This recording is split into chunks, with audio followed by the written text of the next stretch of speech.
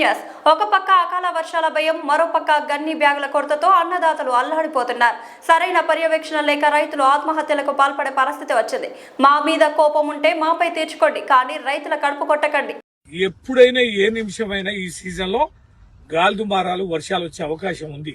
రోజుల తరబడి IKP centre వారు, మెప్పా సెంటర్ వారు, పిఎస్సి సెంటర్ వారు, ఈ నిర్వాహకులు రైతుల నుంచి ఒత్తిడి, ఒక పక్కన తీవ్రమైన ఎండ, ఒక పక్కన ఈ యొక్క దడవాయిలని ఈ కాంటా పెట్టే వాళ్ళని కోఆర్డినేట్ చేసుకోవడం, గన్నీ బ్యాగ్స్ ఒత్తిడి, ట్రాన్స్పోర్టేషన్ ఒత్తిడి, తర్వాత ఇంత చేస్తే రైస్ మిల్లర్లు ఇక్కడ మిషన్స్ పెట్టే తూర్పార పడుతున్నారు.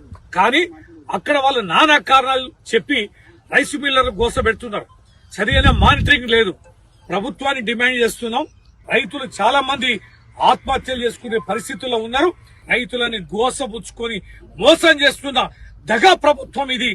రైతులు అల్లల్లాడిపోతున్నారు, ధర్నాలు చేస్తున్నారు.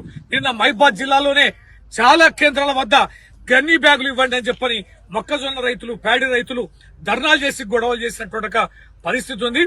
ఈ పరిస్థితికి సంబంధించి తీవ్రమైన వ్యతిరేకత వస్తున్నది. మా పార్టీ తరఫున కూడా విజ్ఞప్తి చేస్తున్నాం.